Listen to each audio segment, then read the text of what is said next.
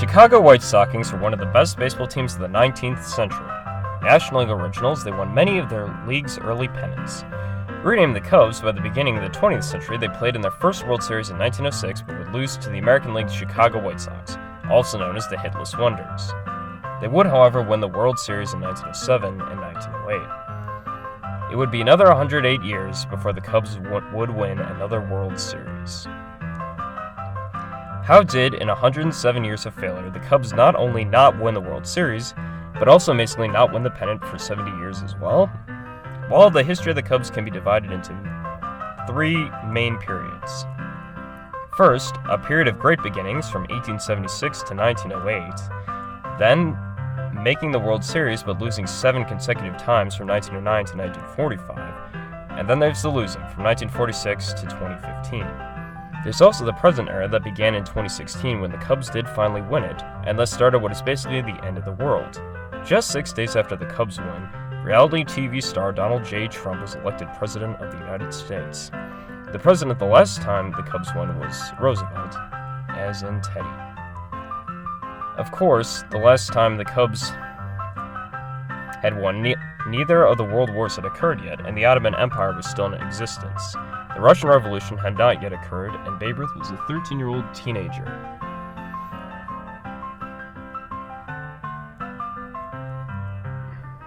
Before going into the Cubs' World Series drought, it is important to go into the strange circumstances that brought them their 1908 World Series win. Many felt that the New York Giants were actually the best team, as they may have won the pennant had it not been for the infamous play by the name of Merkel's boner. In a game between the Giants and Cubs, Merkel did his boner, not bothering to run from first to second base as he assumed the game was over on a walk-off hit. Yet the Cubs knew the rule and threw to second base, getting him out and having the game be called in a tie. A makeup game was later played at the end of the season as both the Cubs and Giants were tied for the National League pennant, and the Cubs won the game and then the series. Point being, it would take a lot of luck for the Cubs to win the World Series in 1908, as they needed it. And they would not have a lot of luck for the next 100 years. Between 1909 and 1945, the Cubs appeared in the World Series a solid 7 times. Unfortunately, every single time they lost. This includes 1911, 1918, 1929, 1932, 1938, and finally 1945. Something that the Cubs lost in the 1918 World Series on purpose for money, and that is the true origin of the curse. A few years later, a Cubs player was suspended for throwing a game, so it is entirely possible. The 1945 World Series was the only one that was close, and even in that one, the Cubs were handily defeated in a Game 7 by a 9-3 score. This World Series was famous for being bad, as most of the game's best players were off fighting at war, so the league was basically filled with replacement players. It is also famous for the curse of the Billy Goat occurring. Curses aside, one of the biggest problems the Cubs have had is a lack of legendary players. They've never had a player that could put them over the top. According to Wins Above Replacement, the greatest player in Chicago Cubs history is Cap Anson, a 19th century racist who was instrumental into writing segregation into the game. When that's your franchise's greatest player, you're gonna have a lot of problems. Probably should have kept Greg Maddux around. From 1947 to 1966, the Cubs played 20 seasons. In that 20-year period, they had 18 losing seasons. And the two they didn't finish below 500, they finished 77-77 and 82-80. The Cubs were just a couple losses away from 20 consecutive losing seasons, a mark of ineptitude matched only by the Pittsburgh Pirates. However, after 20 years of utter failure, the Cubs did begin to build a solid team in the late 1960s featuring Ernie Banks and Ryne Santo. Many point to the 1969 as the year the Cubs should have at least won the pennant, but collapsed to the New York Mets because of something having to do with the Black Cat. However, this is a bunch of nonsense, as the reality was that the Mets were just a superior team, winning 100 games to the Cubs' 92. In the end, it wasn't even close. The Mets were simply better. The Cubs wouldn't be relevant again until they were bought by the Tribune Company in 1981, and then won the NL East division title in 1984. Now, 1984 is the kind of year I would expect the Cubs to win, and given the name and all, but even if the Cubs had managed to beat the Padres in the NLCS, they almost certainly would have been trounced by the Detroit Tigers. True, they could have beaten the pennant drought if Leon Durham had just fielded this ground ball, but it was hardly the only play of the series. If the Cubs didn't beat the Padres, how would they have beaten the Tigers? Now, the Cubs also lost the NLCS in 1989, but no one really cares about that one. Plus that, if they had won, it would have prevented the Bay Area World Series. One of the biggest mistakes the Cubs have ever made was losing Greg Maddux as a free agent in 1993. Maddux would play for the Braves over the course of 11 seasons and win 194 games and have a 2.63 ERA and put up 66 wins above replacement. But where the Cubs could have used him the most was in the postseason. If the Cubs had had Maddux in 1998, they could have beaten the Braves in the NLDS, but instead Maddux was a member of the Braves and helped his team beat the Cubs. In 1998, would have been a good year to win it, as it would have been the 90th year anniversary, but they could not do it. If the Cubs had kept Maddux, they may have won the pennant in 1998 or 2003. 2003 looked to be the year for the Cubs as they took a 3-1 lead in the National League Championship Series. The Cubs would not win a game after that, and things famously fell apart in the 8th inning of Game 6 after poor defensive outfielder Moises Alou threw a temper tantrum because a fan touched a foul ball before he could. Even though the other fans were reaching for the ball, and given Alou's defensive abilities, he probably wouldn't have caught the ball anyways. Along with Alou, the media, as well as Cubs fans, irrationally blamed a fellow fan instead of blaming the real culprit of the collapse, their manager Dusty Baker, who was, well, a baseball idiot. While Baker was chewing on his toothpick, Mark Prior stayed in the game for far longer than he should have. If the Cubs had yanked Prior and put in ace pitcher Carlos Zambrano to finish off the game, they could have held the 3-0 lead and won the game and the pennant. However, there's no guarantee that the Cubs would have been the AL champion Yankees. What the 2003 World Series should have been was a matchup between the cursed Red Sox and Cubs facing each other, with the Cubs winning and the Red Sox redeeming themselves by winning the following year, with the White Sox winning after that. 3 straight curse breakers in a row. Wouldn't that have been something? Instead, the 2003 World Series was won by the Florida Marlins, a team nobody cared about then and even less care about now. In the 2003 Championship Series, both the Cubs and Red Sox managers left their starting pitchers in for too long and blew the series. However, the Red Sox redeemed themselves, and the White Sox broke their championship drought the following season, but the Cubs would have to wait for longer. After the 2003 season and through the 2004 trading deadline, the Cubs added old friend Greg Maddux, as well as Derek Lee, Nomar Garciaparra, Todd Walker, and Michael Barrett. Despite all these additions, the team improved by just 1 game to 89 wins and missed the playoffs.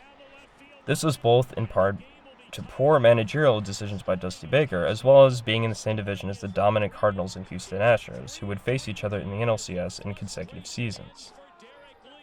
Instead of taking responsibility for the pathetic finish, the Cubs scapegoated slugger Sammy Sosa for the team's collapse and traded him away in a lopsided deal for Jerry Hairston Jr.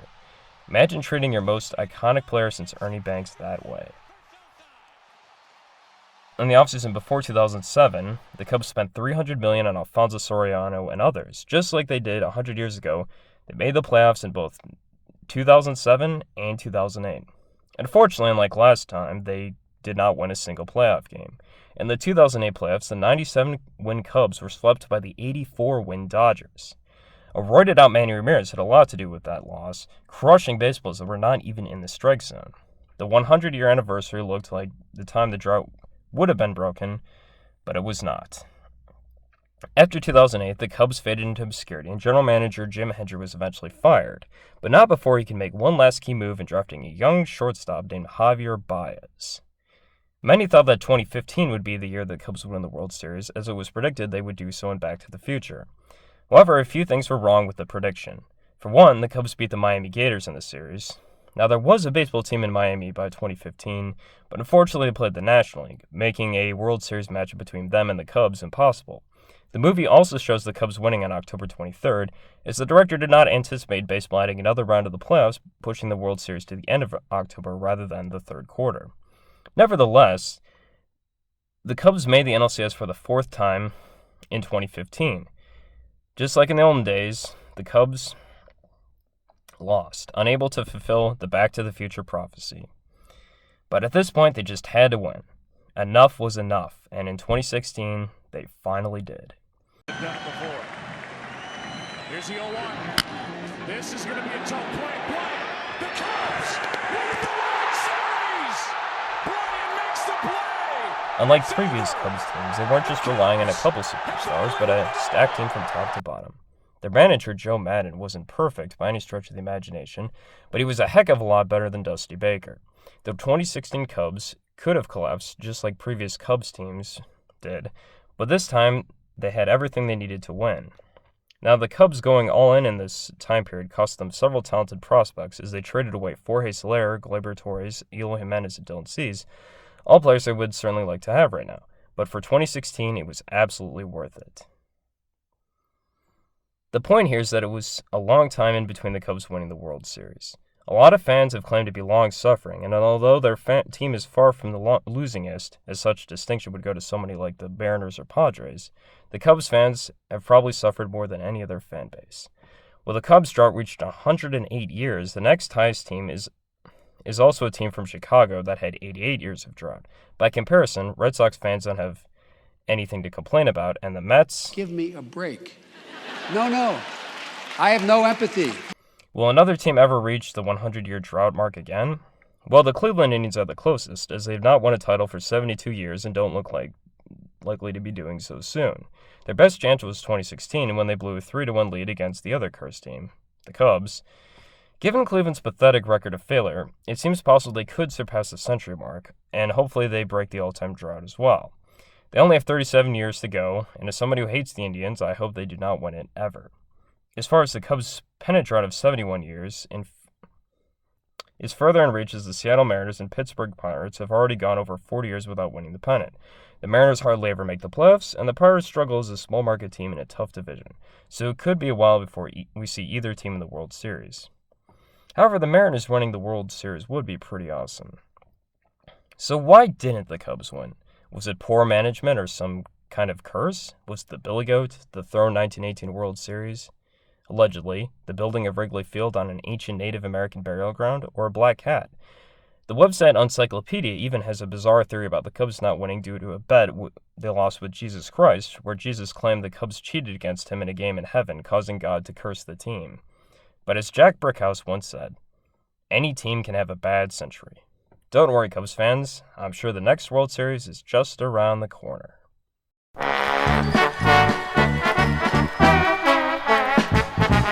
Hey, holy mackerel, no doubt about it, the Cubs are on their way. Hey, the Cubs are gonna hit today, they're gonna pitch today, they're gonna field today.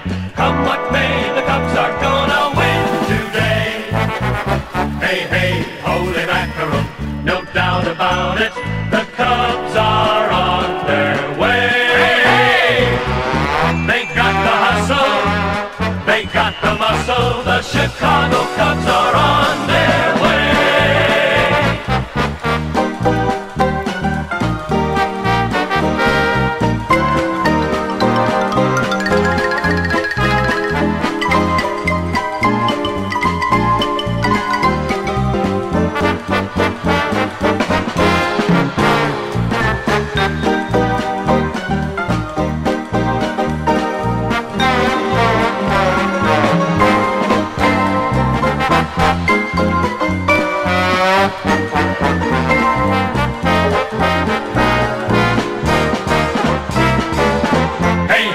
Holy mackerel, no doubt about it, the Cubs are on their way. The Cubs are gonna hit today, they're gonna pitch today, they're gonna field today. Come what may, the Cubs are gonna win today. Hey, holy mackerel, no doubt about it, the Cubs are on their way. They got the hustle, they got the muscle, the Chicago Cubs have come to play.